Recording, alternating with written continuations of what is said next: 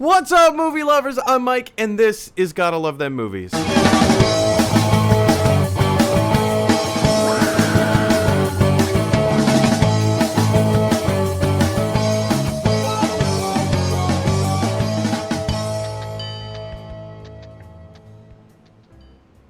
Ladies and gentlemen, thank you so much for bearing with us. Today has been a bit of a technical mess. If you were waiting for the live stream, well, we are live now. Unfortunately, I couldn't make the live stream happen with the previous link that we set up. My apologies for that. I will totally 100% take ownership of that. Sometimes when I try to set up the live stream and have it connect to this particular key, it works, and sometimes it doesn't, and today was one of those sometimes it doesn't. Anyway, I'm glad that you're here joining us, that we can talk all things movie news. There's a lot of DC specific related material coming out this weekend. We're going to talk all about that stuff. If you're here for the first time, definitely click like, share, drop a comment is one of the most important things right now. 'Cause this is a film fan community. We want to try and build the film fan community. So we have a little online forum that we can go to and chit chat and talk about all of our favorite things. Now, I have a very special guest on the Skype line. He's coming all the way to us from Reno, Nevada. Is it Nevada or Nevada? I've been told it is Nevada. And to say Nevada is a complete bastardization of the language. Ladies and gentlemen, put your hands together for a very good friend of mine, Mr. Tim Mahoney. Hey, hello everybody. Woo! Oh man, applause is deafening here in Reno. No. Thank you for having me, Oh, Mike. thanks for joining. Tim, you are, as I understand it, one of the directors of the Reno Improv Theater out in Reno, Nevada. Tell us a little bit about what you do. Well, we are a nonprofit improv theater. We teach and perform improv comedy in Northern Nevada. We're one of the few, possibly the only, full-time improv theaters that teaches and performs on a regular basis here in Northern Nevada. So we're really proud of that. And although it's a little bit different right now, we are keeping things going virtually. We have online shows happening every Saturday and online classes happening all the time. So we're trying to keep things going, during this pandemic, and we're being pretty successful with that. So we're happy. That's awesome. Tim, keep it going, keep it running, keep all those communities and all those people engaged and happening, all connected together. Because, I mean, I'm an improviser, you're an improviser. That's how we met. We know how important this work is that you're doing. So hats off to you, sir. And in a COVID world, it is not easy. It is not difficult, especially to be one of the directors of a major community theater in that regard. So thank you again for all it is that you do. Ladies and gentlemen, for those of you who are wondering, what is today's show going to be about? Well, let me run down that with you right now. First and foremost, as we do every show, I'm going to tell you how to subscribe to the channel on YouTube. That is very vital, very important. Next, we're going to move on to some movie news. Then we're going to go into our daily specific topics or subjects. Today is what to watch this weekend. On Tuesday, we did Toy Tuesdays. On Thursday, we did Throwback Thursdays. Today being Friday, what to watch this weekend. Normally, after that, we would take your emailed questions, but because we've got a lot of stuff to cover, specifically about DC fandom going on, what to watch this weekend, we're going to jump right over the emailed questions and go right into your live questions. So if you are watching this live, don't forget to drop us a comment, drop us a like, let us know your thoughts and feelings on everything that we're talking about here today, and we will address all of that together. Cool. So first topic of the day, how do you subscribe to us on YouTube? Well, it's really rather simple. Head on over to the Gotta Love Them Movies YouTube channel. Click that subscribe button. When you click that subscribe button, it does a few different things. First and foremost, it builds our subscriber base. Once I hit 1,000 subscribers, that's the magic number. 1,000 subscribers, and I believe the magic number is 4,000 hours of watched content. Once we hit both of those numbers, 1,000 subscribers, 4,000 hours of watched content on the channel within the past 12 calendar months, I get to start earning some revenue. Hooray! So once I start earning revenue, I can make this my full-time job. You guys, I love talking movies. I love bringing you a show like this, and every opportunity that I have to actually make this my full-time job, I'm going to take it. So please, like I said, jump on over to the YouTube channel. and click that subscribe button. All right, so that's about it. How to subscribe. It's pretty simple, pretty straightforward. Now, it's time to take some movie news. What? What? What? What? And that's right. It is now time to take a little bit of movie news. Today we're going to talk about pretty much all things DC Comics, DC Entertainment, DC movies, the DCEU. There's a lot of stuff. I mean, DC Fandome is coming out this weekend. In preparation for that, I don't know if you've seen, but yesterday, the director of the new The Batman movie, Matt Reeves, has revealed the first look logo, as well as the teaser poster in preparation for DC Fandome. I'm pretty excited for this. Here it is. Here's the logo for The Batman. It's pretty rad. It's pretty rad. I mean, it's basic. It's pretty basic, but it looks dirty. It looks like this was slapped together with a marker, but like in a good way. It's a straight up logo. We know what the Batman is. We know what he looks like. This is the brand new logo. Tim, let me throw it over to you, sir. This is the first time that you're seeing the logo for the Batman. What are your thoughts? How does this strike you? I really like it. It's gritty, It's it kind of reminds me. It feels like a really natural bridge between the animated Batman content and the obviously the live action Batman content. I really like it, and we've designed a couple of show logos together. Whether it was over like the course of 3 minutes before show or Wizard music. I think was our improv. Yeah, we had Wizard music, yep. And then we had just recently we designed that, or you designed that logo for Tuesdays with Maury, except it's on Saturdays with Tim Mahoney and Friends, the show featuring Friends. You know me, I'm a sucker whenever it comes to those like really long, like unnecessarily long titles. I think they're great and just lovely. Everything about it, I think is great. So while The Batman is not an extraordinarily long title, I do like the grittiness of the logo quite a bit. It's cool. It's really cool. Now, it's also important to keep in mind, like, a logo does not a good movie make. A bad logo does not a good movie make. It's just a logo. It's a small, teeny tiny little representation of what the movie could or should maybe feel like, look like, have some kind of a feeling or tone to it. And I think that's we already knew going into this that Matt Reeves, his incarnation of Batman, was going to be dark. It was going to be gritty. It was going to be filthy. It was going to be dirty. Casting Robert Pattinson in the role as Batman is not what you would initially look at and say, ooh, if you're going to do something dark and gritty, why are you getting like such a polished kind of human being? It doesn't seem like Robert Pattinson has a lot of grit. Even if you've seen his other films like Hard Time, The Lighthouse. The Lighthouse was Did you ever see The Lighthouse, Tim? So that's one of those movies that has been at the top of my list for months actually, and I feel like I've seen it because I've watched the trailer so many times, and I've mentally prepared myself to watch it.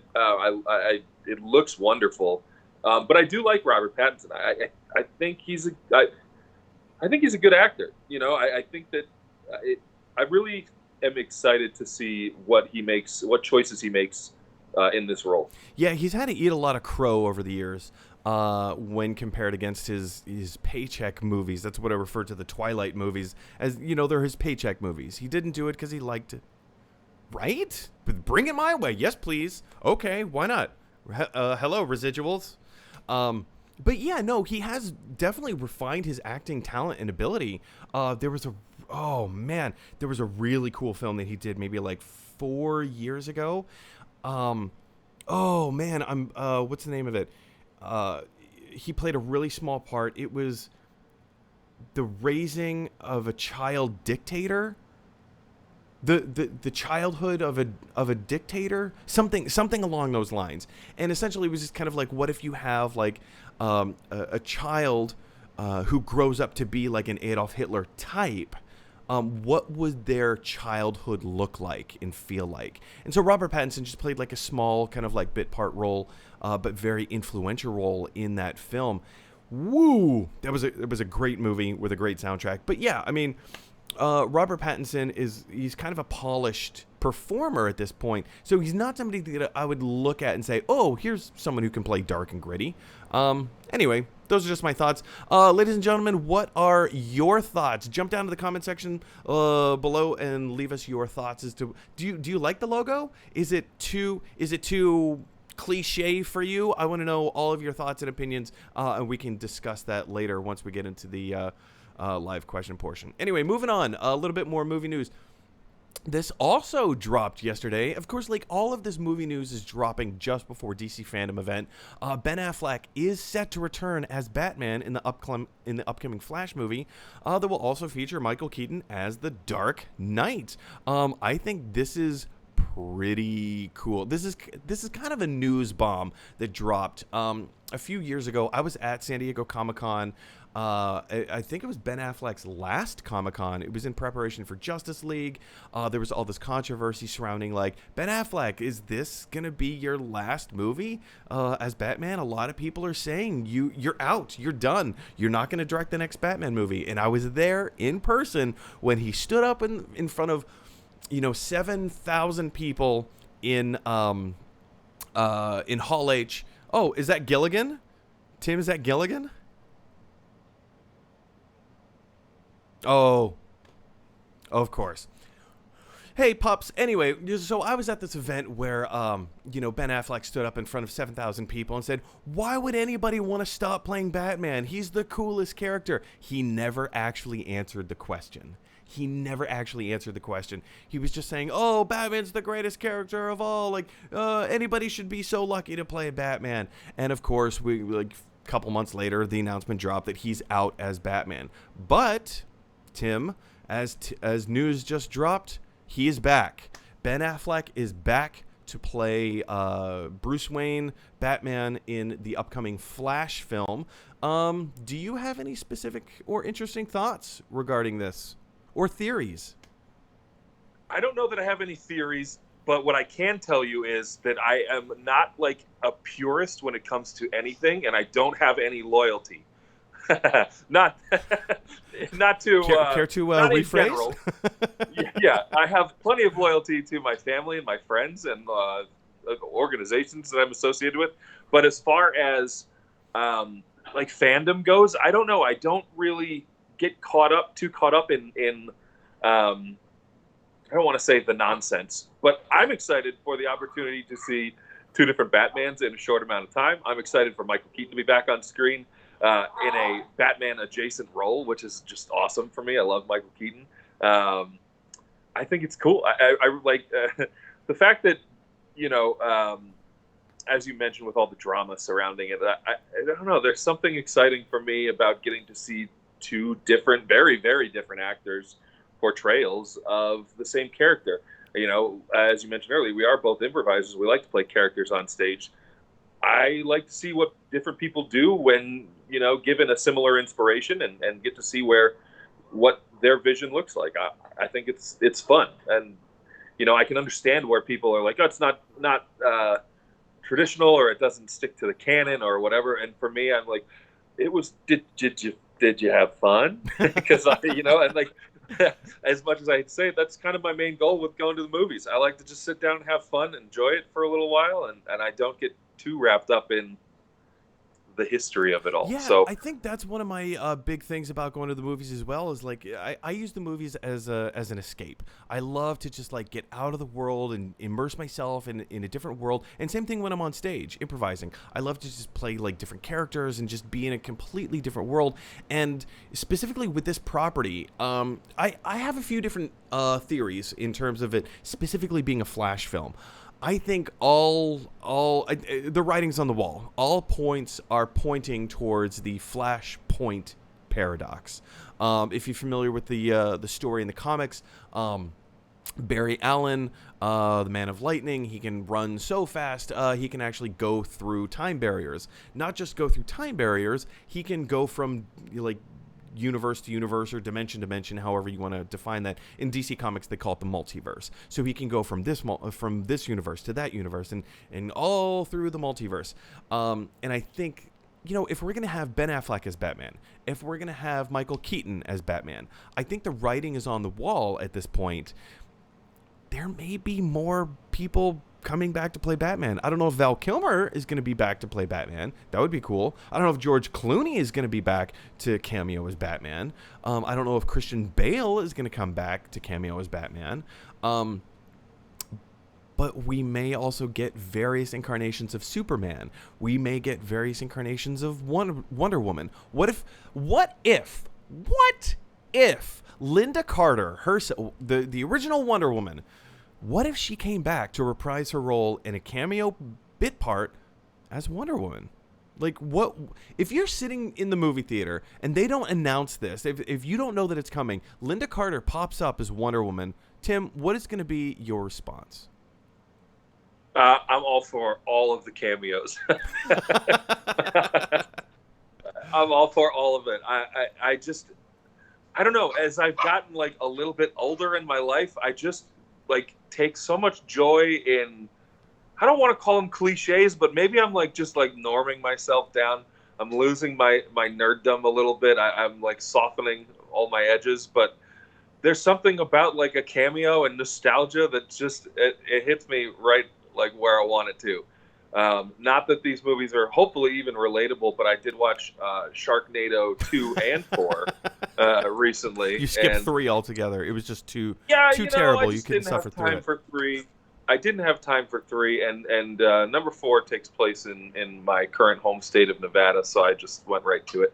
But I was sitting there and I was like, yeah, this is bad.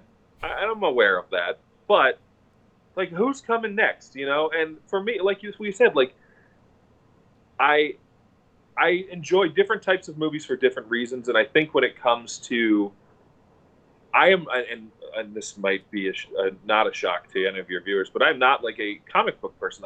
My understanding of the comic book universe, both DC and Marvel, has all been introduced to me through either television or movies. Sure. I was never a reader of comic books. I think a lot of us have that same kind of background. Like, brief history for myself. I started collecting comics when I was like 8 years old, but we didn't have a comic book distributor. There was a mom and pop shop that sold like hamburger meat and potato chips, and they had like a small stack of comic books every month, and I would get one, and I didn't understand that each individual tiny little sliver of a comic was just one chapter in a much larger story. And so I got all of my viewing from, X-Men, the animated series, Batman, the animated series, Spider-Man, the animated series.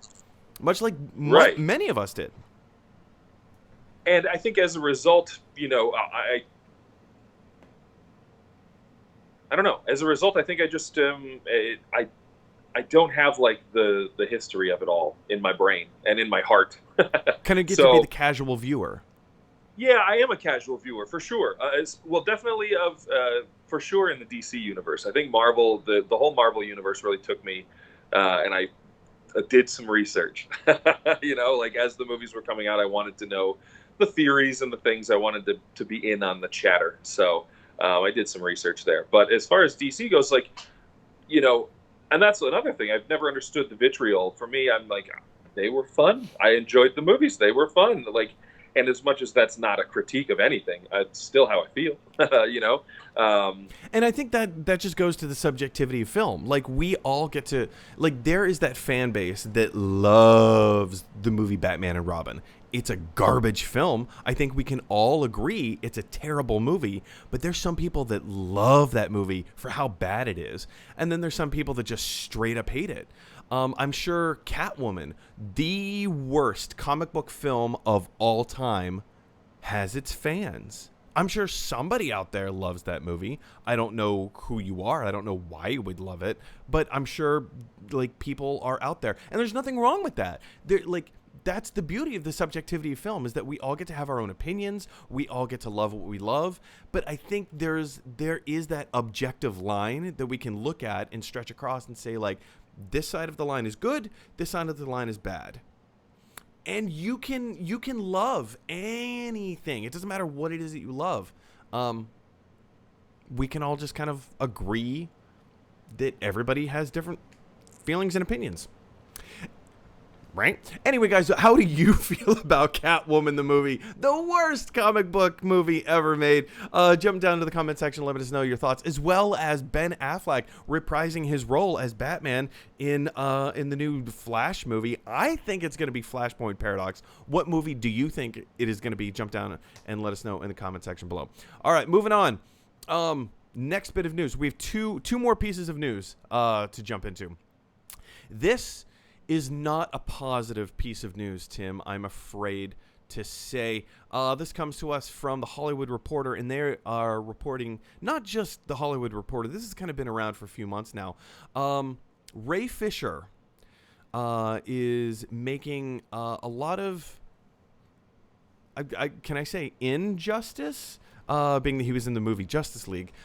He's making a few claims against director Joss Whedon, as he had to take over instead for previous director. Why is his name is skipping my mind? Anyway, the previous director, Zack Snyder, he had a lot of tragedy befall his family, so he had to step down from the Justice League film. Joss Whedon stepped in to take over, and apparently Joss Whedon was less than professional. Ray Fisher goes on to say he was abusive. In the article, it says, on July 1st, Justice League star Ray Fisher wrote on Twitter that filmmaker Joss Whedon's on-set treatment of the cast and crew of Justice League were gross, abusive, unprofessional, and completely unacceptable. He wanted to claim that producers Jeff Johns and John Berg had enabled the filmmaker who oversaw reshoots after Zack Snyder stepped down from Warner Brothers. On Thursday, Fisher wrote on Twitter that after 5 weeks of interviews with the cast and crew, Warner Media had launched an independent third-party investigation to get to the heart of the toxic and abusive work environment created during the Justice League reshoots. This is kind of, I mean, it's terrible news. Anytime that you hear claims of people being abusive or less than savory, these are claims that we never like to hear, especially when they come from beloved creators, especially within the nerd genre like Joss Whedon. Tim, this may be the first time you're hearing of this. What is your initial gut reaction? What are your thoughts? Well, that's too bad. I know. I don't want to make it as cavalier as that. Oh, it's well, too bad. Moving on. Yeah, no, not at all.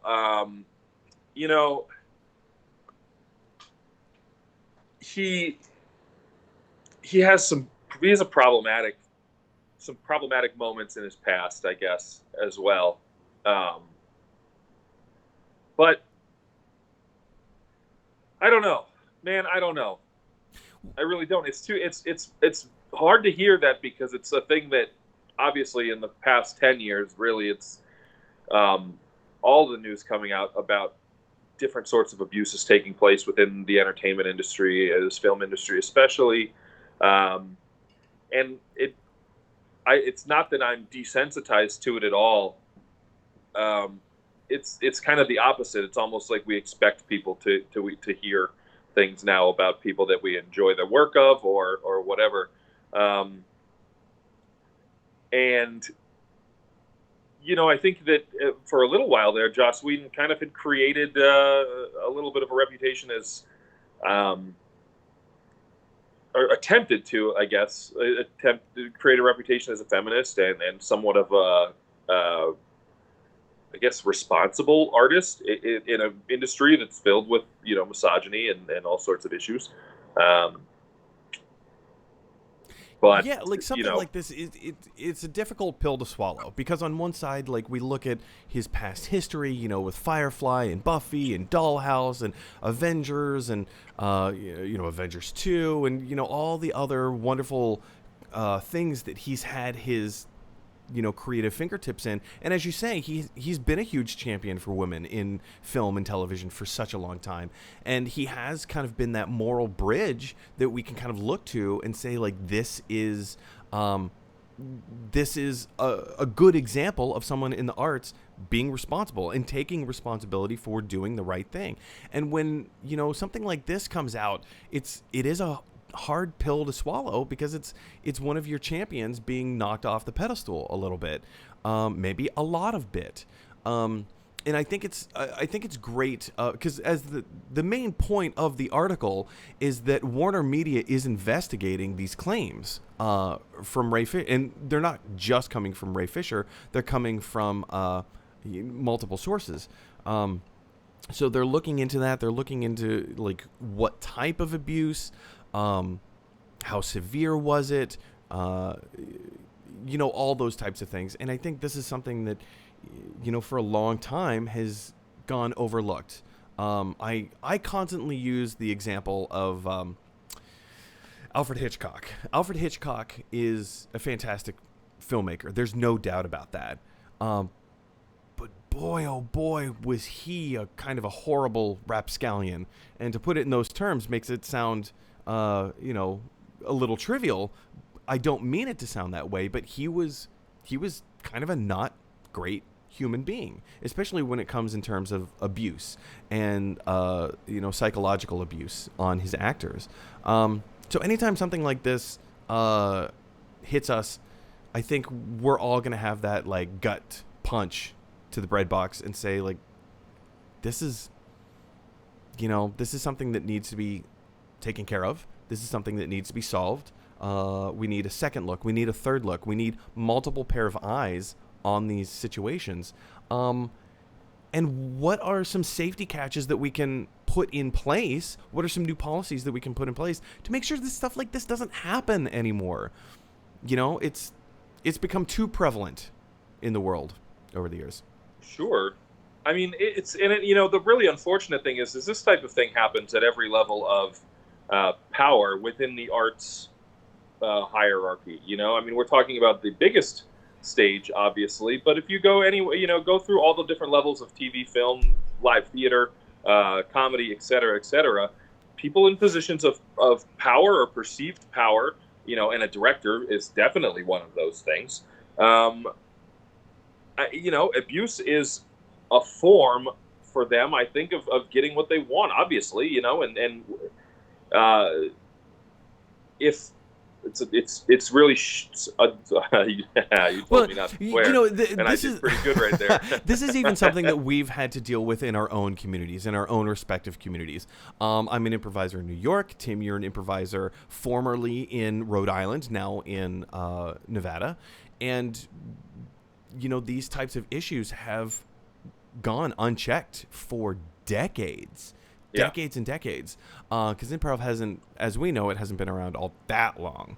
And so with this type of behavior just going unchecked, now we have this huge movement of reform and saying, like, all right, let's take a second, third, fourth look at this. Let's get multiple pairs of eyes on this situation so that we can put these policies in place moving forward to make everyone feel accepted, to make everyone have an opportunity to create the best type of art that they can.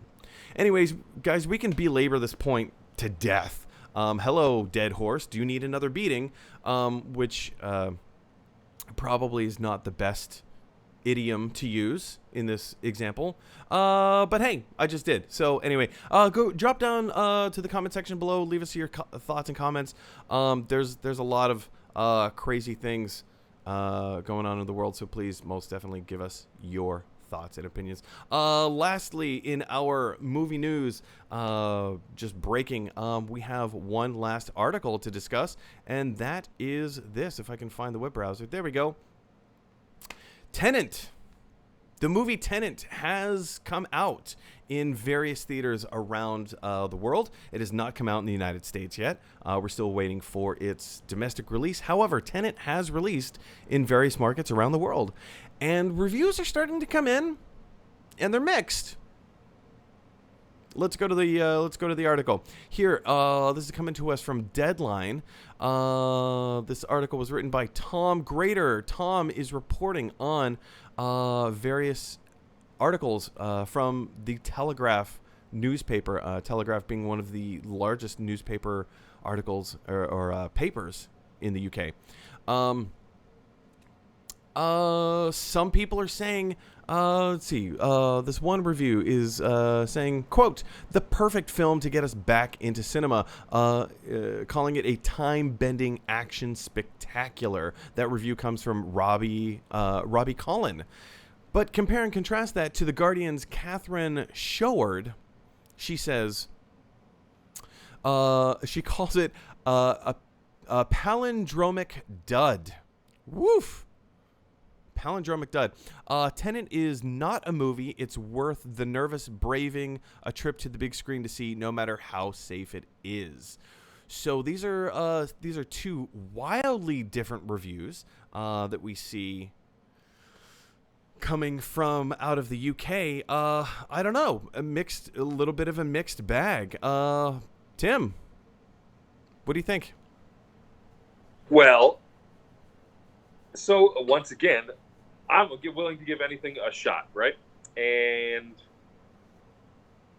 for me, I've heard some favorable comparisons to Inception.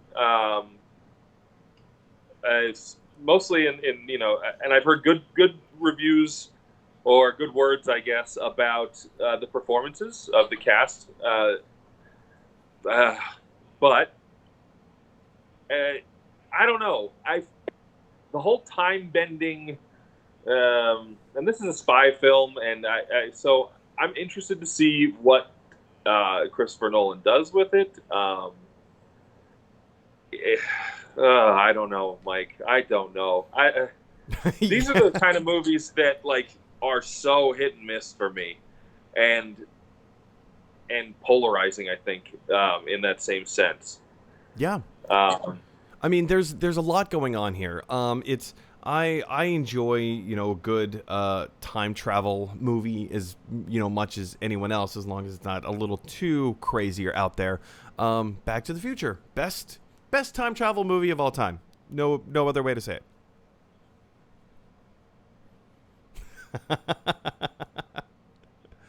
All right. That's the subjectivity of film, Tim.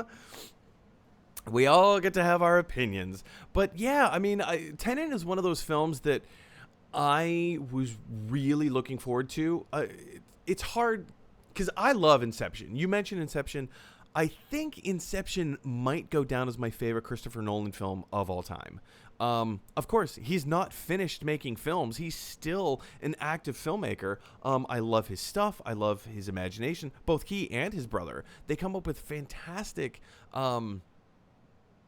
concepts and stories and the most imaginative ways possible. And so I think that's why I'm really looking forward to seeing Tenet. Having said that, now that there have been a few mixed bag reviews, I don't know how to approach the theater. Like, what is the mindset that I should approach the theater in? Because it's always hard to take your personal feelings out of it and let those sit at the door as you go in and watch a film for entertainment. But second of all, the other thing that's going through my mind is, how much are some of these negative reviews going to financially affect the film? Because I know Christopher Nolan has a 20% revenue in his contract from ticket sales. So this is drastically going to hit him in the pocketbook, him in the pocketbook a lot, but also Warner Brothers. This is kind of a big deal for everyone all around moving forward. Tim? Yeah, I mean, I want it to be good. I truly want every movie to be good. There's never a movie that comes out where I'm like, I hope this isn't good. Well, I've never said that. Nobody ever sets out to make a bad movie. Nobody ever says, okay, let's make the next The Room. Nobody ever wants to make anything garbage. Right. Sometimes people just get caught.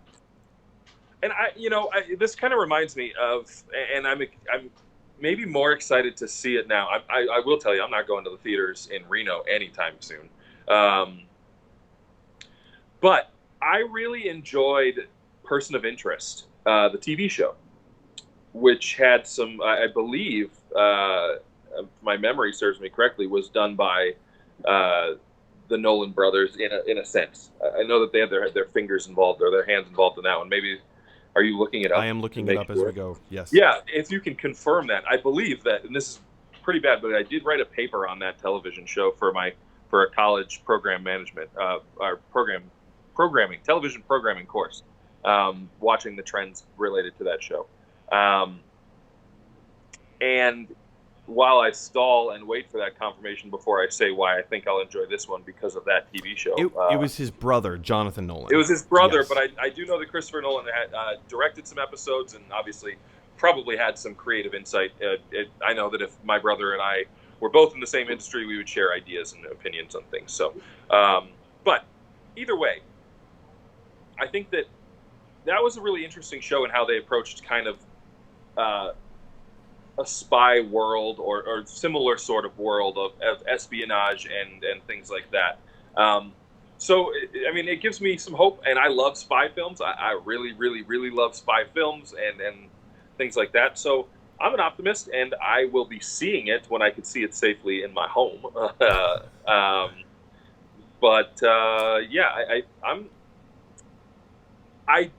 I try not to put too much stock in reviews. Obviously, there's some reviewers that I trust and have agreed with more unanimously in the past than others. But I will say that I'll be seeing it, and I will be seeing it with an open mind. I go into every movie hoping I'm going to enjoy it, truly, unless it's like, I think the last movie I knew I wasn't going to like, but I went to see anyways was, I don't even remember what it was called, but it had Ashton Kutcher and Brittany Murphy in it, and it was a romantic comedy. And I was in high school, and I was with other people that were seeing it, but I was like, this is not going to be good. And I was right. Well, I guess that all comes down to, again, it all comes back to the subjectivity of film. So guys, what are you looking forward to seeing Tenet? Do these reviews put you off at all as they're putting off Tim's dogs? Jump down to the comments section below and let us know your thoughts. Do you like Tenet? Are you looking forward to Tenet? Or, check it out. What do you think? Definitely let us know. All right, so with all of that down and out of the way, now it is time to officially talk about all things DC fandom in our special Day of the Week segment.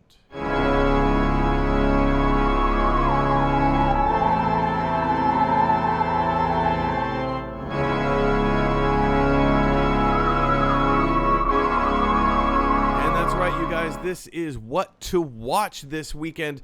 There is a lot of recommendations that we could give you of things to watch this weekend. But there are,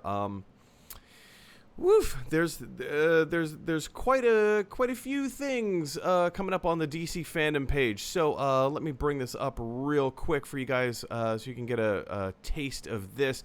So Tim, what we're gonna do is let's just go down through each panel. One by one. Each panel, by the way, you guys, is each panel is only about 15, 20 minutes. Like 20 minutes is the longest panel. 10 minutes, 5 minutes, 15 minutes. Very few panels go over 20 minutes. So I think that's really interesting that DC fandom has decided to go in this route. But yeah, let's just take a look at some of these things. Wonder Woman 1984 panel. Tim, what are some things that you think we can expect to see at that, or rather during that particular panel? Wonder Woman 1984. I really love the. Oh man, don't do it to me now, Gilligan. I really love the. You love the direction that Patty Jenkins took with the first Wonder Woman. Oh, come on, Gilly. Hold on. He's doing one of those things. Yeah. Yeah, let me put you on mute for a second until Gilligan gets himself under control. I also am, I'm really looking forward to Wonder Woman 1984. I think, to Tim's point, I really enjoyed what Patty Jenkins did with the first film. I thought it was really creative. I thought it was really inventive. The third act, I took some light issue with.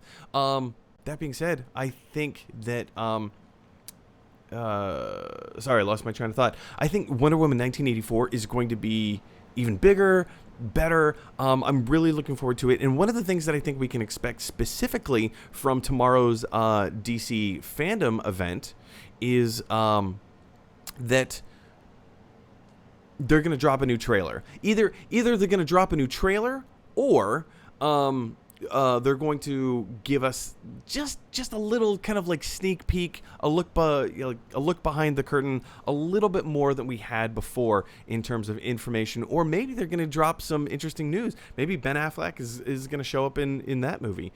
Tim, do you have any thoughts in that regard? I'm hoping that they drop a new trailer. I've missed trailers in general, so I would be excited to see a new trailer. I think if Ben Affleck just made like a victory lap as Batman, can you imagine? Or I don't know if it's a victory lap or not, whatever kind of lap it is. But yeah, I would like. I think that would be the most exciting thing for me would be to see a new trailer, because I like trailers. They get me excited about movies. I mean, that they do. You know, for me. Trailers work on me, man. I'm a sucker for marketing, and when they, if it's a good trailer, there's a good chance I'm going to go see that movie in theaters quickly, but also, especially in a sequel, I think a trailer is really wonderful. A new trailer would be really fun, because there would be those kind of like maybe some hints at Easter eggs, or something like that might just keep that carrot dangling in front of us for a little bit longer. I love it. But I am excited for this movie, though. I really am. Oh, I think it's going to be fantastic. Maybe we'll get a glimpse of that. I regret everything I just said. Never regret, Tim. Never go back. Yes, and yourself. Yeah. So there's just a couple of thoughts there about Wonder Woman. Do you guys think that there's going to be a new trailer coming out? Do you think that they're going? Because I know there was an agreement. There was a thing that came out previously that said there weren't going to be, or rather, the next Wonder Woman trailer was going to debut with was it Tenet? I think it was going to debut in front of Tenet. Or no, Inception. It was going to be the re-release of Inception.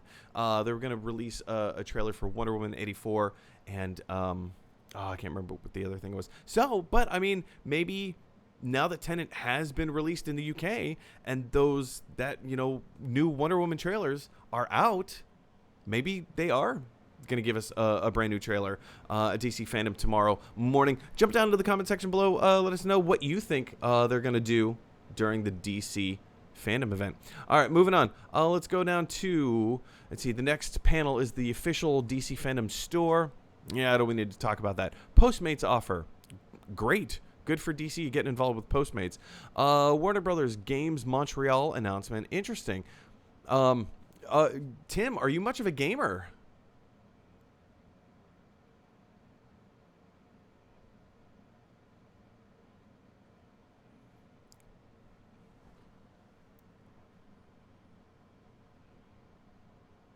Arkham Origins was a really fun game, and I am excited to see that this game is. I know that there's rumors. I don't know if they've been confirmed, but at the last I heard, there was rumors that this game was going to follow the Court of Owls, and that is something that would be so cool. And it's going to be cool. I'm excited. I'm like I have no idea what's going to happen in this panel. But if the game is indeed about Court of Owls, then I think that folks will be excited about that, and I certainly would be, because that I think. What do you think? What the a probability concept for a video game. What do you think the probability is that it is going to follow up Court of Owls? Well, I don't really know, to be honest. You know what? I'm thinking that 50%. Do you think it's going to be more likely or less likely? I just don't see where that rumor comes from if there isn't some element of Court of Owls involved in this game. Okay. So, and if it is, then it's, if it's, I don't think you can just like sprinkle some of that in there. It either is or it isn't. So for me, I'm going to go with 85%. Wow. All right, ladies and germs, you heard it here first. 85% chance. This is going to do a follow-up of Court of Owls. What do you think? The Warner Brothers Games the Montreal Games panel is going to be about. Jump down to the comment section. Let us know your thoughts. Moving on to the next panel. Let's jump out of this page. Let's go back to the previous Sandman universe entering the Dreaming panel. It's funny. I currently have my laptop that we're broadcasting from right now. Currently, I can't show you, but it is currently seated on two different Sandman omnibuses. It's huge. Like each volume is like this thick, so I just have it raised up on the Sandman. I've started reading it. I haven't gotten through. Tim, have you read any of the Sandman? Nope. Great. So that's a panel we don't have to talk about. Cool. Moving on. Multiverse 101, introducing Flash panel. Beyond Batman. The Suicide Squad panel debuts at 2:55 p.m. tomorrow. Woof. Have you seen this logo for Suicide Squad, Tim? No, please.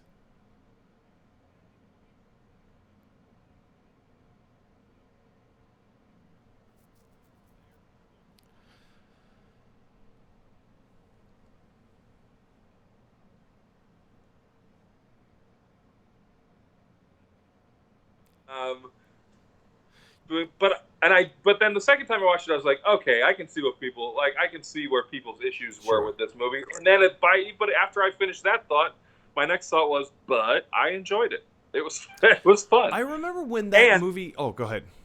Sorry, I will put this totally out there though, that if you put Viola Davis in something, it's gonna be pretty good for me. She makes everything better. Better. Yeah. I don't like the actor that they got to play Rick Flag. I thought he was a dud. I loved Margot Robbie as Harley Quinn was hands down. She stole the movie. Will Smith was okay. He was Will Smith. He was fine. Yeah, he was Will Smith doing his Will Smith thing. Welcome to Earth. I'm Deadshot. Essentially, I just mashed two different movie references into one. You're welcome. But yeah, I mean, the rest of the movie, it was like, man, it's all right. Are you familiar at all with the what this particular movie, what's happening with this film? The only thing I really know about it, and this is not much, is that it's not.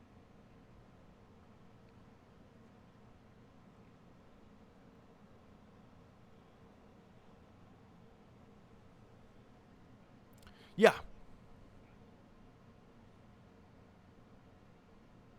Because then you don't have to worry about, taking an hour of your 2.5 most likely hour movie to remind us why it's a sequel. Right. Just give me another film with the same characters that I like. Cool.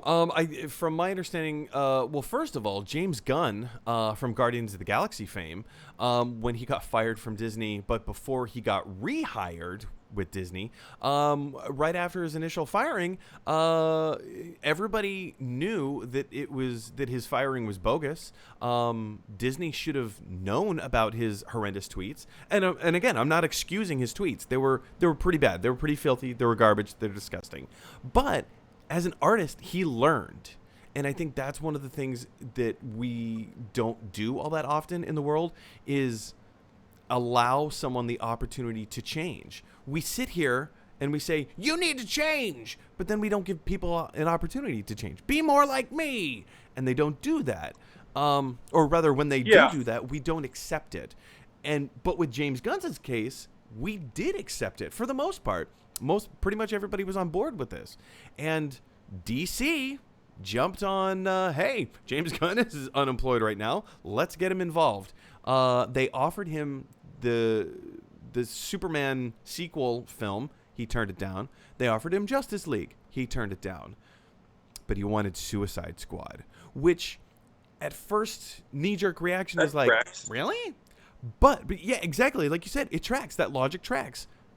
It feels like a parallel to Guardians of the Galaxy. Right. Even though it's some anti-heroes. It's I don't know. Yeah, I'm excited. I like James Gunn's vision with Guardians of the Galaxy, although I didn't love the second one. And you're right. I think we so often we're like, we need these people. We want you to change. You need to change. You must change. And in so many of the cases, those people are right. I think what's the unfortunate thing is, like you were saying, and maybe we're backtracking here, but is that so rarely people do change, so that we don't when people do, we don't really know. We don't know if we believe it or not. I think it's like we're desensitized to the fact that it's possible for people to indeed change. And I think in James Gunn's case, obviously I don't know him personally, and I can't give you any behind the scenes, but it obviously seems like he's made amends, not made amends, but really truly he has feels changed. bad, has learned from his mistakes and errors and all that. And I would hope that he'd get more opportunities, because I do really enjoy his films, and it's once again, it's I'm excited. Yeah, same. Yeah, I think it's going to be great. So I'm really hoping for at least a teaser from this panel tomorrow. What are you guys hoping to see in the Suicide Squad panel tomorrow? Any major news bombs? Any announcements? Any trailers? I think they're probably going to drop some kind of a trailer, some visual candy for us. It's been far too long, and we've heard enough about the Suicide Squad with no results. We haven't seen anything. We've heard little whispers and snippets, but I think it's time, especially at a DC Fandom event, to drop some major news there. So again, what do you guys think? Jump on down to the comment section below. Let us know your thoughts of what you think they're going to do during that panel. All right, moving on. Next panel, we have boss females of color within the DC Universe panel. I think that is honestly going to be really cool. This panel is only it's a 20-minute panel. Okay. 20-minute panel. Blurred Bougie. Well, there you go. I think they're going to drop some really cool, interesting news for boss females of color within the DC universe. I don't know if they're going to be announcing any new films. There's possibilities are endless. Next panel, Legacy of the Bat. Again, just talking, Batman stuff. Chris Doherty is doing a performance. The Joker, next panel at 4:30, put on a happy face. I think is interesting. I think it's interesting that they're doing a panel about the documentary. Tim, I don't know if you saw, but they just released a documentary for free called Put on a Happy Face about all the different incarnations of the Joker. I haven't watched it yet. I literally downloaded it last night. It's free on iTunes. I assume it's free on the Google Play Store or wherever you get your VOD from. Yeah, it's a free documentary. Go ahead and download it, release. Check it out. I think that would be really interesting to see and check out. This is my first hearing of it, and I'm excited to download it. That sounds cool. Yeah, based on the trailer, they say they kind of talk about these are all the different incarnations of Joker in film and television over the years, but also what makes Joker such a compelling villain? Why is he the greatest villain of all time? So anyway, so maybe look forward to that in the Joker panel tomorrow. Then they do a Jim Lee portfolio review. Jim Lee, actually, it's interesting to note, I still have this pulled up here. Jim Lee was the one who did this first look for The Batman, Matt Reeves' film. Let me see if they have the full poster. They kind of have the full poster down here. Let's see if we can pull this up on Twitter.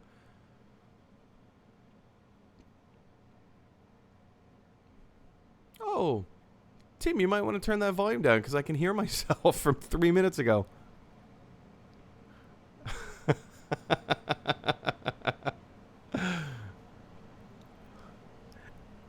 And there it is, no problem. So this is the art done by Jim Lee. Jim Lee, if you're not familiar, is a very well-known comic book illustrator throughout DC Comics, Marvel Comics. If you're familiar with the 90s run of the X-Men, which eventually got transformed into X-Men animated series, that was all done thanks to Jim Lee himself. So I think that would be a really interesting panel to see, kind of like, hey, let's go over the artwork of Jim Lee throughout the years. 445, DC Comics has a surprise panel. Now, this is the comic division. This isn't so much the film or television division. So there could be some really interesting things to pop out there. I'm Batman. The voices behind the cowl, all the different voice actors who've played Batman over the years come out to tell us their experiences. Now, here we come to some of the big news. Here, some of the big heavy hitters in the later part of the day tomorrow. 5:30 p.m. the Snyder Cut of Justice League panel. This particular panel is 25 minutes, one of their longer panels of the day. Description: Zack Snyder fields questions from fans with a few surprise guests as he discusses his eagerly awaited upcoming cut of the 2017 feature film and the movement that made it happen. Special guests. He's going to field some questions. Tim, what sorts of questions do you think that he's going to field here? Like, who do you think some of the special guests are going to be? First of all, two questions. Let me back up and add a third question on top of that. Were you aware that there is a Zack Snyder cut of the film? I was. Okay. I was aware. I've been hearing the grumblings, and anytime there is an alternate, cut, a director's cut, I was when DVDs were like, super popular back in the day. We're talking like 1999 to 2006, let's say.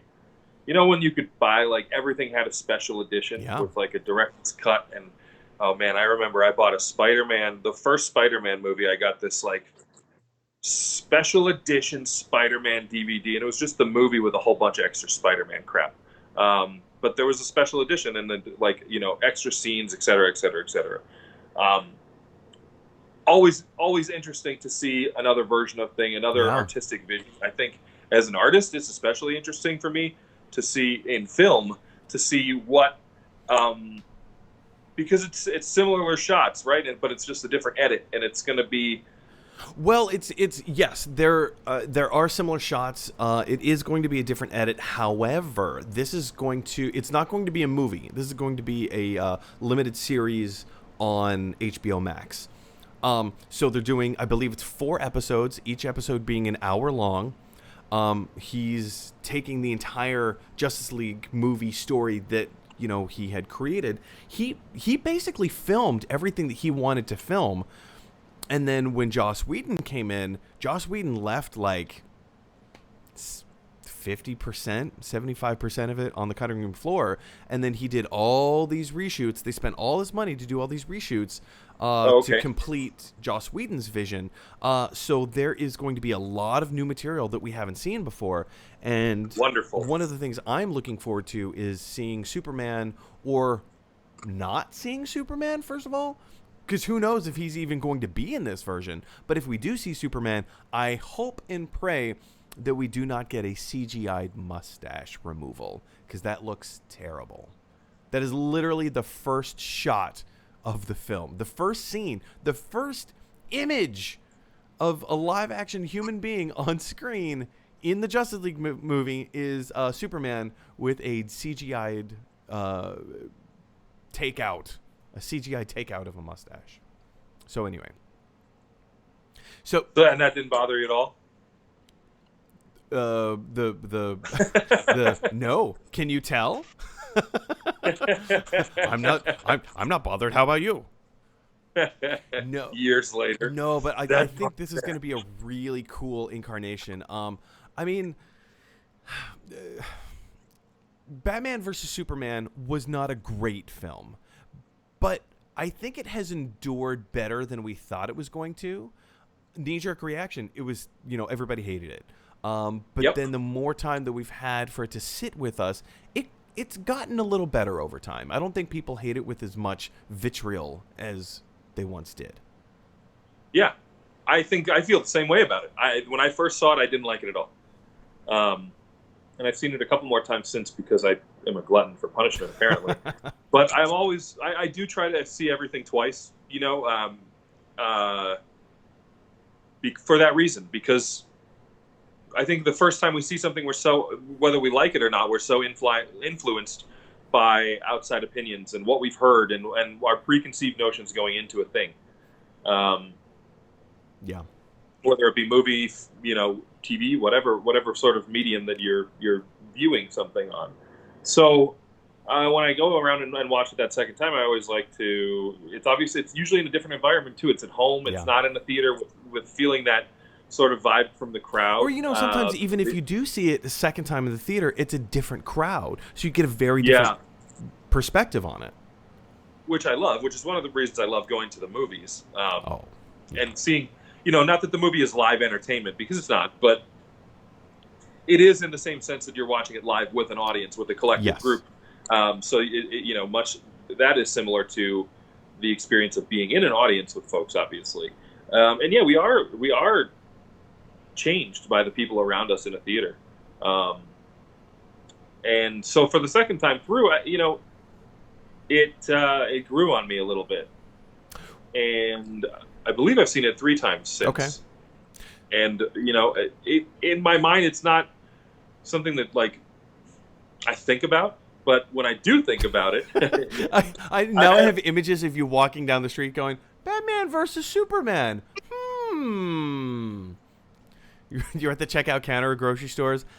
You know the scene when Doomsday comes out? Yeah. Well, I mean, you're not too far off. That is kind of how my brain operates. I love that. I love it. Randomly assaulting people at Walgreens with questions about stuff they know nothing about. Yeah. So when they say, Martha, do you think that... okay, so tomorrow at the Justice League Zack Snyder cut of Justice League panel, what sorts of groundbreaking news do you think that they're going to announce? I don't know. If any. I don't know.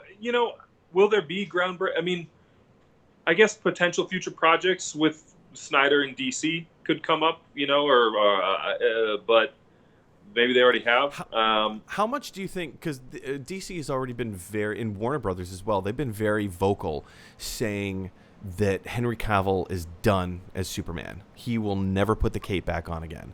Having said that, there have been multiple instances where Henry Cavill has popped up.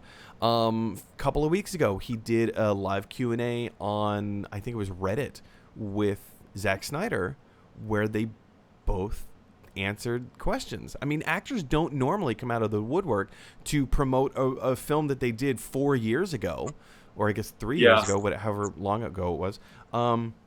They don't do that.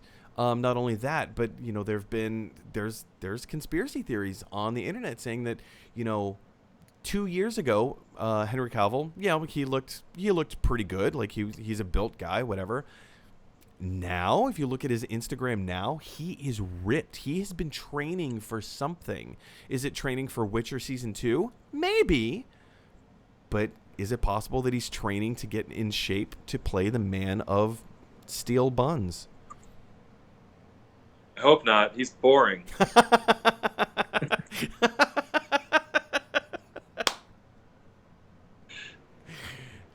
Yep. Everything he's in, he's boring in. I liked him. I'm gonna play this card. I liked him in one film. I liked him. What's that? Mission Impossible 6. No, he was boring in that. No, he was good in that. I will fight you to the death on that. I didn't care for Witcher. Superman. A lot of his other what was the other spy movie that he did with Guy Ritchie, directed? Oh God. Man from U.N.C.L.E. That's The the Man one from I'm U.N.C.L.E. I did not care for The Man from U.N.C.L.E. I know a lot. Oh no, that movie was that was torture. Yeah.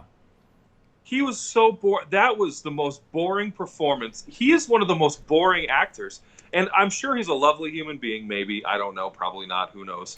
No, I mean, who knows, right? We don't know anything It's about true. the human being, Yeah. Henry Cavill, Yeah. other than that he's an actor. And as far as his acting is concerned, it's very one note. It's like, we get it. You're stoic. I don't understand. Like, I just don't. You know, get before it. Daniel Craig, he was the number 2 option to be James Bond. Before they hired Daniel Craig. Jeez. Your reaction right now is everything to me. Can you imagine? Oh man. Oh, Lay it on me. God. Say Can you it. imagine a 4-hour James Bond movie with Henry Cavill? Ooh. Like, quite literally. Mm-mm. Mm-mm. Oh, that would be. Oh man. I understand Henry Cavill has he has his fan base. I am not one of Sure. those people. Subjectivity And I don't want to be. I really do feel like guilty almost ripping the guy but like, yeah, for me, when I see like, oh, Henry Cavill's in this movie, I'm like, why? Why is he in this? There's like, Yeah. It's like 9 other people that are Henry Cavill but better. Yeah. Like, I don't like. Yeah, for me, he doesn't do it. I agree with your assessment. I'm just trying to keep the viewing audience, if anybody has a differing opinion, for all 4 people watching this live stream right now.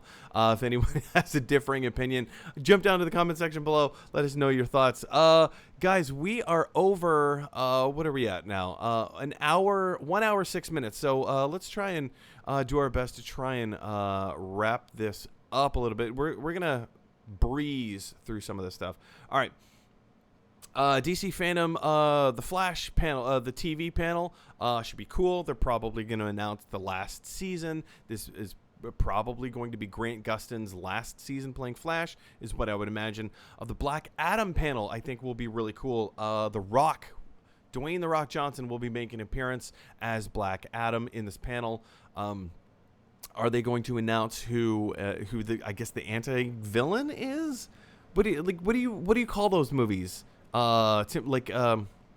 Venom was a movie where he is the villain, but he's also the star of his own movie. So like, what are we calling this genre of movies? I don't know. You know what I mean, though. Like, when it's the villain, who does the villain fight? Usually it's the good guy, but when the villain that the villain is fighting is even worse than the villain of his own heroic movie, like, it's a bit of a conundrum. Anyway, who are they going to cast in the Black Adam panel? Or as Black Adam's villain? Who knows? Maybe we'll find out. Then we go down to CNN. Great, awesome. CNN, awesome. Titans TV panel. Nobody cares about Titans. Straight up. Aquaman, probably in Aquaman 2. I would imagine. I just want to put that out there. Sorry. No, but it was fun. It was nuts. It was when bombastic. When they did that whole. Oh, you're frozen. Oh, I think we lost Tim. I think we just lost Tim. Oh, tears of sadness. Oh, Tim. Tim. All right. Excuse me, I have to adjust my volume. Cool. There we go. Yeah. So, I mean, just various things to look forward to. Where are we going? Sorry. I've lost my track of everything. There we go. Here we are. Ask Harley Quinn. Wonder Woman's 80th celebration, I think, should be really cool. Tomorrow's superheroes with Jim Lee. Again, the great Jim Lee coming back. Hey, look at that. Tim is calling us again. Let's see if we can pipe Tim in. Tim, you there?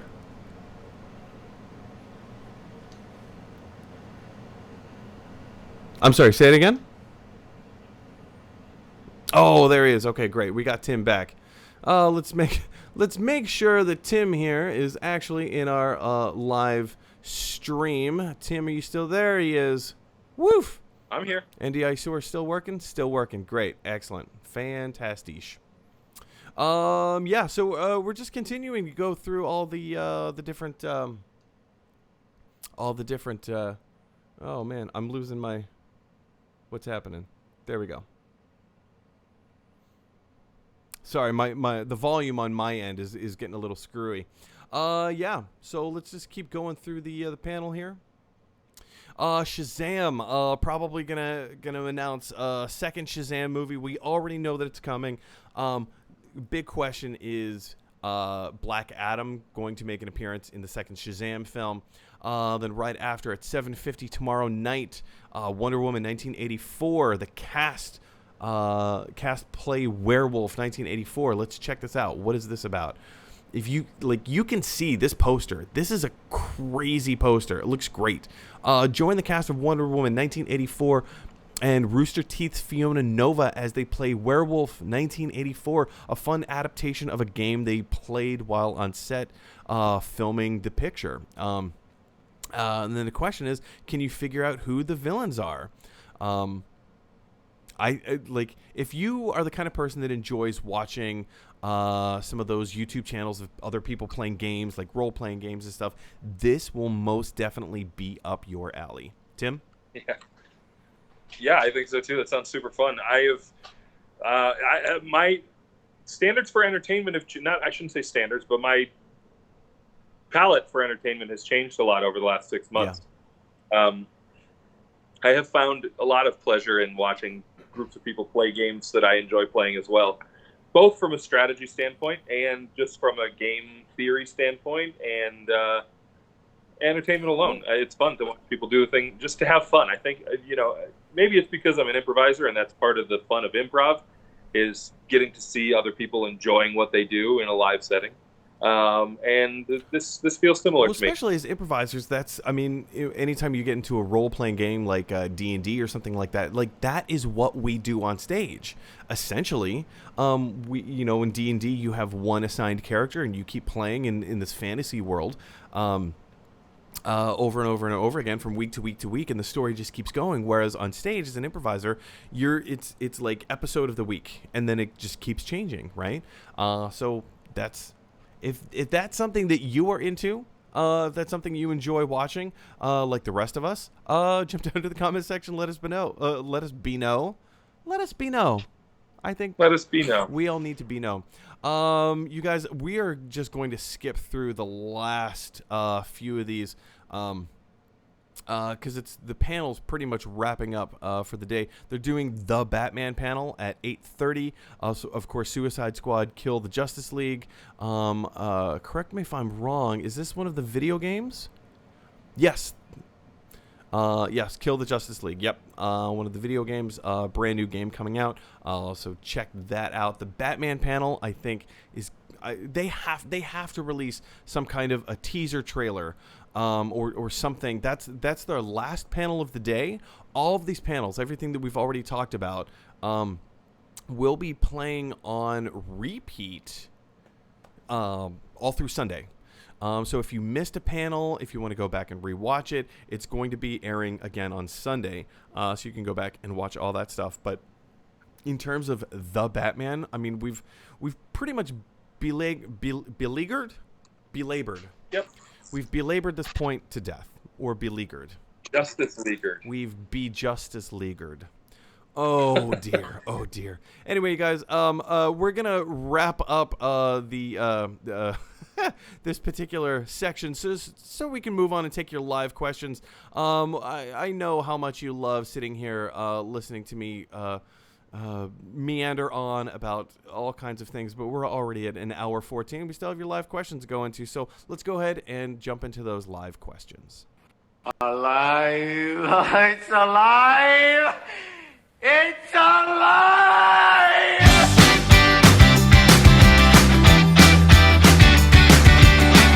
All right, taking your live questions now.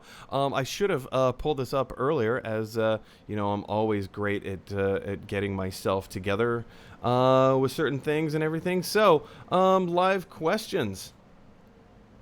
Tim, do you want to vamp for a second while I find these live questions? Yeah, absolutely. I can vamp for you. Oh, that Or was not. right now. No, I can. I was gonna say earlier when I got cut off somehow, talking about Aquaman, and this is totally backtracking and vamping. But do you remember? Obviously, everyone remembers if you liked that movie, which I really did. But it was a crazy ride, especially when they went into like that whole Mamma Mia moment when they like were in this like Italian village. Oh I don't know. yeah. Mhm. I really thought it was going to break out into like an ABBA I song. really need to go back and rewatch this film because as you are mentioning like this specific moment of the film, oh yeah, that was super fun, super crazy, and enjoyable to watch. It was bananas, and in the best way. Like yeah, it was so wild, and the fact that that happened, I was sitting there with uh, my ex girlfriend and current fiance, and watching the movie, and I was like, I think this is going to turn into a musical. I think an hour and 40 minutes into Aquaman, it is going to turn What into if a it full. did? Like nobody would care. It would be better. No, I would for be it. so there Yeah. for it. I would be so there for it. Nothing would have made me happier in that moment. Cool. So I have the live questions pulled up. Good news, Tim, is that we have 1, 2, 3, 4, 5, 6. 1, 2, 3, 4, 5, 6. Yeah, 6 comments to get through, and they're all pretty on the surface. So the first comment comes from William Zimmermill. Am I pronouncing that correctly? No. That's Bill. That's my buddy Bill. Hey, Bill. Bill. How do you say his last name? Good Zimmerly? question. I believe it's Zimmerly. Zimmerly? I believe. Bill but Zimmerly. He'll let me know. He will let me know most likely in the next few moments. Sure hope so. If he's still watching. I sure hope so. He says, "Hey, Tim Mahoney." Oh, that is not a question No, at most all. definitely is not. But thanks for watching, Bill. Thanks for tuning Thanks, in. Bill. No, Bill is awesome. Bill's a great dude. He was an improv student of mine. It still kind of is in some ways. Takes classes when we're doing them. But he's an awesome improviser and a really good guy. That's great. Thanks for watching, Thanks Bill. for watching, Bill. Speaking of Bills, coming to us from Portland, he said this is coming from Bill Merck. I think you know Bill Merck as well. I think that we met in Alaska. Yeah. Mm-hmm. At the As If Alaska State Improv Yeah. Festival. Bill Merck says, "Hey there from Portland." Well, hello, Bill. Thanks for dropping in and leaving a comment. Much appreciated. That's some good West Coast Representation. representation. I dig it. Represented. Moving on. Bill Zimmerly. I sure hope I'm pronouncing this correctly. Zimmerly. I think this comment came in back when we were talking about the Flashpoint paradox and Ben Affleck Batman and Michael Keaton Batman. He says Batman versus Batman. Can I just put this out there? How cool would that be? I mean, we got in Avengers Endgame, we got to see Captain America fight Captain America. How cool would it be if we got to see Batman fight Batman? It'd be great. I would love that. That'd be I great. would totally be there for that. Yeah. Matt Waring says, "Sup, man? Didn't know you did this kind of stuff. Good content." Well, thank you, Matt. Always much appreciated. I like to consider myself one of those people. I'm a man of many hats. So this is one of the hats that I wear. I love talking movies. I love doing this kind of stuff, and I love bringing it to you guys. And if you love that as well, like, share, comment, subscribe, do all the stuff. And also check out Tim. How am I? Tim. There we go. Pick me up. Yeah, because the video is backwards, so I'm seeing myself. Yeah. It's all kinds I got of you. weird. But anyway, yeah. Thanks, man. Thanks for stopping by, dropping a comment. Bill Zimmerly says, "Is watching with you." Nice. That doesn't sound creepy at all. Well, that's terrifying. I'm watching with you, Tim. Which means you're not only watching me, but you're like tuning in with. I don't know what that means. Thanks, Bill, for terrifying me on this Friday afternoon. I've been watching. I've been watching with you. Oh, Is man. there anything more you would like to watch? Because I'm with you. The volume starts to go up slowly. And I'm watching with you, Tim. Anyway, Bill Zimmerly goes on to say, "Hey, what's up, Tim Mahoney?" That's right. He gave you a call out twice. I love that. Thanks, Bill. Thank you so much for doing this. Because if it weren't for the majority of your comments, we would have nothing to discuss right now. This whole segment would be for naught.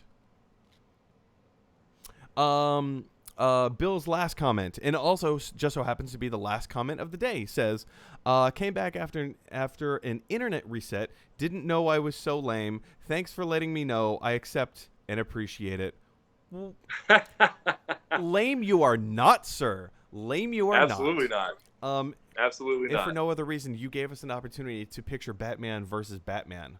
So right, the least lame thing of the day was Batman versus Batman. I love it. I think if I'm able to get a comment on to Zack Snyder during the Q&A portion tomorrow, that's what I want to bring up. I want him to make a Batman versus Batman movie, because I doubt Joss Whedon's going to be doing it anytime soon. True story. All right, ladies and gentlemen, that does it for the show today. Thank you so much for coming around and spending some time with us here at Gotta Love Them Movies. Thanks for listening to all of our drivel just going on and on and on.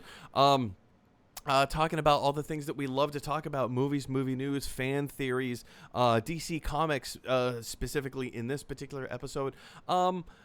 Please come back. Please do all of the things. Tim, I'm going to drop it back to you for a second. Where can people find you? So I have limited social media visibility on Twitter and Instagram. You can find me on Twitter at Pizza Dinklage, Pizza_Dinklage, and you can find me on Instagram at Tim Mahoney Comedy. But truly, I'm not that active on either of those platforms. But I'd really love for you to do, if you're interested at all, if you're a fan of improv, Reno Improv, my theater in Reno, Nevada, has live shows every Saturday at 8 o'clock Pacific time, which is, for all you East Coasters, is 11 o'clock. So if you're ever in the mood, check those out. We are a nonprofit theater, and we just love to do this stuff, and we're trying to keep it going while we can't have our physical location open. So that's really the biggest thing I'm involved in right now that I would love for people to check out in terms of my stuff. And also important to note that whenever somebody watches one of your shows, they don't have to be in your time zone, right? Because they're online they don't shows. Have to. No, and they're all free. They're pay what you can, so they're free if you need them to be. And if you want to throw a few bucks our way, we can totally make that happen too. So, yeah, but we just love doing it. We love performing, and we're trying to keep performing through closed theater doors. So it's been fun and a challenge and a good one. So that's awesome. And Tim, once again, thank you so much for joining us here today. Ladies and gentlemen, this does it for this episode of Gotta Love Them Movies. If you like this video, click like. If you really like this video, click subscribe. And if you really, really like this video, click share, because that is what Zack Snyder would want you to do. Anyway, ladies and gentlemen, once again, thank you so much for joining us. Please speak kind words to each other. I know we are all going into an election here. We all have very different thoughts and opinions and different things like that. So at the end of the day, can we please just, make sure to treat each other with a little bit of respect, use kind words with each other, listen to somebody else's point of view and perspective, and try to help everyone feel heard and understood. And hopefully we can make the world go round a little bit better. Anyway, guys, that's going to do it for me. Thank you so much for joining us. Hope to see you again. Our next show is on Monday. Yeah, so we're going to take the weekend off. I will see you back again on Monday. So have a great one. I will see you then.